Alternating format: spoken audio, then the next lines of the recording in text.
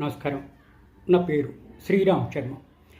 Madhya Pradesh high court justice జీహెల్ అహోవాలియా ఒక maintenance కేసులో తీర్పిచ్చారు.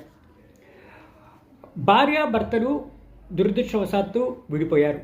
మధ్యప్రదేశ్లో భార్య భర్త మీద ఫ్యామిలీ కోర్టులో మెయింటెనెన్స్ కేసు ఫైల్ చేసింది. భర్త అనడము భార్య చాలా మోడర్న్ డ్రెస్ వేసుకుంటుంది, స్టైలిష్గా ఉంటుంది, మోడర్న్గా తిరుగుతుంది, కాబట్టి భార్యకి నేను మెయింటెనెన్స్ ఇచ్చే అవసరం లేదు అని అంటే ఫ్యామిలీ కోర్టు సదరు భర్త యొక్క ఆర్గ్యుమెంట్ని సపోర్ట్ చేస్తూ తిరస్కరిస్తే హైకోర్టు దాకా వచ్చింది. హైకోర్టు సింగిల్ జడ్జి అండం ఏంటంటే మోడర్న్గా ఉంటే తప్పేంటి, భార్యాభర్తలు వివాహం డినై చేయట్లేదు, పెళ్ళయింది, ఇద్దరు విడివిడిగా ఉంటున్నారు, భర్త సంపాదిస్తున్నాడు, భార్య హౌస్ వైఫ్, కాబట్టి భార్యకి ఎట్టి పరిస్థితిలోనే మెయింటెనెన్స్ ఇవ్వవలసిందే.